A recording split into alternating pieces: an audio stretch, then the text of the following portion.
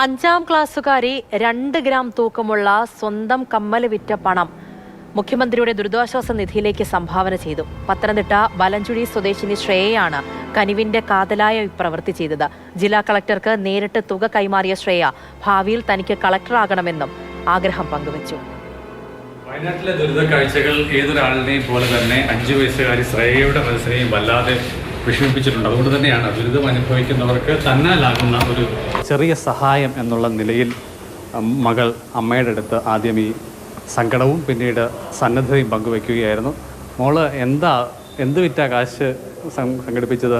എൻ്റെ കമ്മൽ വിറ്റാണ് പൈസ കൊടുത്ത്. എത്ര രൂപ കിട്ടി? 12,000 രൂപ.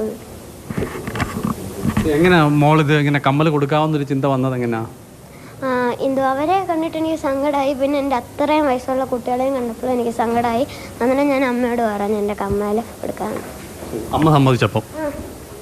അമ്മ സമ്മതിച്ചു. മോളൂടെ പോയി ആണോ ഇത് വിറ്റത്? കളക്ടറേറ്റിലും ആദ്യമായിട്ടാണെന്ന് തോന്നുന്നു അല്ലേ? കളക്ടറെ കാണുന്നതും കളക്ടറേറ്റിൽ വരുന്നതും ഒക്കെ ആദ്യമായിട്ടാണെന്ന് തോന്നുന്നു. കളക്ടറിനെ കാണുന്നതായിട്ട്. കളക്ടറെ കണ്ടപ്പോൾ ഒരു ആഗ്രഹം പറഞ്ഞെന്ന് കേട്ടു. എനിക്ക് വലിയ അമ്മ കളക്ടർ ആവണമെന്നാണ് ആഗ്രഹം. ഇത് പറഞ്ഞു. കളക്ടർ എന്ത് പറഞ്ഞു?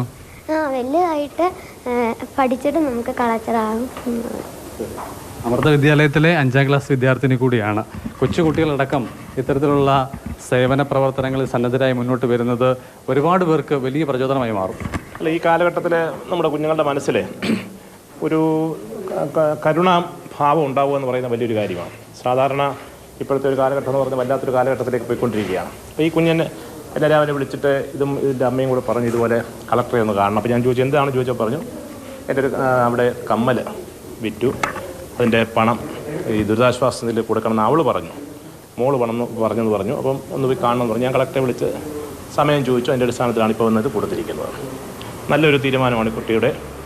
നമ്മുടെ സമൂഹത്തിന് എല്ലാവരും ഇതൊരു മാതൃകയാക്കണമെന്നാണ് ഒരു പൊതുപ്രവർത്തനം എനിക്ക് പറയാനുള്ളത്. എന്തായാലും ശ്രേയമോൾക്ക് എല്ലാവിധ അഭിനന്ദനങ്ങളും സന്തോഷവും പങ്കുവയ്ക്കുകയാണ്.